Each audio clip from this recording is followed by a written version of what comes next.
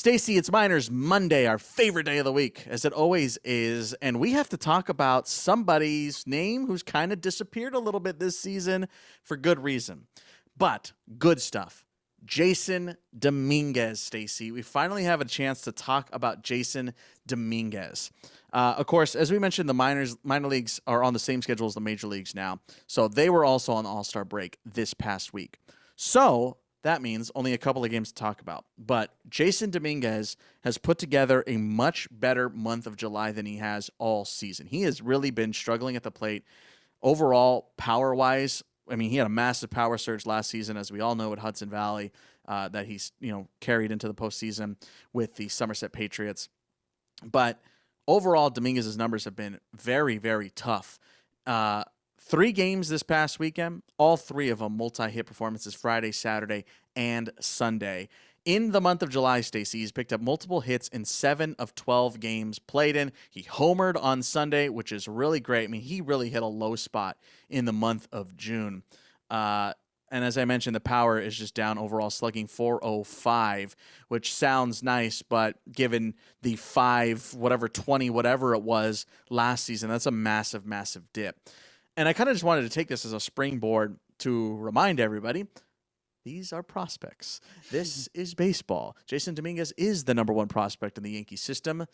But, yeah, he can struggle. Of course he can. And I think when we're looking at the outlook for Jasson Dominguez, let's just look in the short term for the remainder of the season. I don't think he's going to get pulled out of Somerset this year, just considering how much he struggled. If he goes on a surge here, I don't know how much that helps his case of going to Scranton-Wilkes-Barre. The Rail Riders don't have a postseason spot as of now. Norfolk won their division in the first half. So the Patriots have a postseason spot. And I think it might be good for Dominguez to stick with one team all year and go all the way through the postseason. If he gets hot and rides this wave all the way to the end of the season, just let it be that way. There's really no rush to get him to the Rail Riders this year. Because, I mean, when's he going to make that debut? You're not really anticipating He's also still really young. People don't realize that. Fair. Completely fair. Entering play on Sunday, Stacey, July, much better numbers, as I mentioned. 310, 408, 405. That 405 slugging I mentioned was here in the month of July. So better numbers. Much, much better numbers considering the real low. I mean, he was batting under 200 last month in June. You got to like the average and the OBP. Yes, that's what you're always looking at. I mean, we always know he has the discipline. He could definitely walk. It's just the bat just had disappeared this year and the power along with it. So keeping our eye on that moving forward, and it's just really good to see Jasson Dominguez getting some results. That's really, really huge. Stacey, I teased it earlier on in the show. Because you love doing this. Steve Granado, shake hands emoji, and, what is it? Unranked baseball players. Edgar Barclay. Who? Edgar Barclay, left-handed pitcher with the Somerset Patriots. How about this past Saturday night, Stacey? He's been the long reliever in Somerset ever since he got activated from the injured list back in the end of May. 5 innings of relief, including an immaculate inning. Tossed an immaculate inning this past Saturday. Ended up going 5 innings, 6 hits, 2 runs, no walks, 6 Ks. Got 16 swings and misses. This is a guy that is coming out of Cal State Bakersfield, which is not too far away from where I am, about 3 hours north, 2.5. There's no traffic. But Edgar Barclay. Does that happen? Hey, on a Sunday at like 9 a.m., you're good to get to Bakersfield in 2.5 hours. But yes, I mean, it's really. We don't give enough love to relievers here on the show. We try our best, so it's admittedly starting pitcher heavy. But Edgar Barclay has quietly been a dominant threat coming out of the Somerset bullpen this season.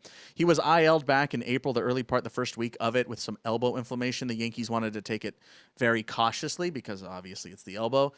He returned on May 31st, and since then he has been incredible. It's really impressive to see the numbers here this season. Fastball change, slider that he's working on, and I wanted to bring that into the conversation here, the slider. Again, we're talking about a Double-A prospect here, so all his stuff's not going to be there.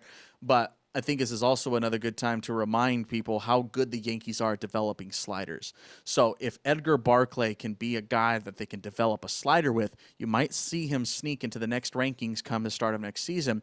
Top 30 potentially. Maybe if you look at the Fangraphs top 50, you'll see Edgar Barclay's name in there. So that's what we do on Miners Monday, Stace, where we go, hey, this is the unranked guy that you haven't been paying attention to, the name you haven't heard of. Keep your eye on Edgar Barclay. We'll see how as that slider develops. But by all accounts, he's just working on throwing for strikes. He's hoping his fastball gets a little harder. He's touched 95. He's mostly low 90s. So we'll see if that continues to progress. Stacey, a guy that we've talked about on a couple of occasions this year, Jared Serna had a huge weekend, massive weekend with the Tampa Tarpons. 2 homers and 7 RBIs on Friday in a ridiculous Tampa Tarpons victory. He leads the Florida State League in homers and RBIs, and he finds himself second in hits and slugging. Jared Serna, we've talked about him a couple of times. I am just waiting for that call. When is he going to get called up to Hudson Valley? Because it seems like he is ready. He just keeps on crushing Florida State League pitching. Very impressive. We did a whole episode on Jared Serna. I'm going to go ahead and leave the link to that down below, as a matter of fact, for that Jared Serna episode. So you guys should definitely check that out. And one more for us here today, Stacy. One of our subtexters texted us over the weekend. Debbie, love you, Deb. You're great. I love talking with you. Debbie asked us, hey, what's going on with Andres Chapparo? You guys kind of stopped talking about Andres Chapparo. Remember, Miners Monday was basically the Chapparo segment. Yeah. He obviously didn't keep at that torrid pace that he was in April. Definitely slowed down. Starting to pick it back up a little bit maybe here. Triple shy of the cycle on Saturday night. He ended up going 2 for 4 on Sunday with a double and an RBI. So this is for Debbie. Debbie, I'm letting you know. I did text you back, but Andres Chapparo, maybe he's starting to climb back around. Of course, he's a non-40-man player, so don't anticipate him getting a call here this season. But it's good to see that Andres is starting to swing it better again here in the dog days, as you mentioned, Stace. So good for Andres. Hey, thanks so much for checking out Miners Monday. Here on Locked On Yankees, we do this every single Monday where we check out the top performers in the Yankees system throughout this entire season. Of course, if you're new here, we also do regular Yankees coverage Monday through Friday. Every single day, we have Yankees coverage here on Locked On Yankees. So hit subscribe if you like content like this, and you'll always be able to hang out with Stacy and myself.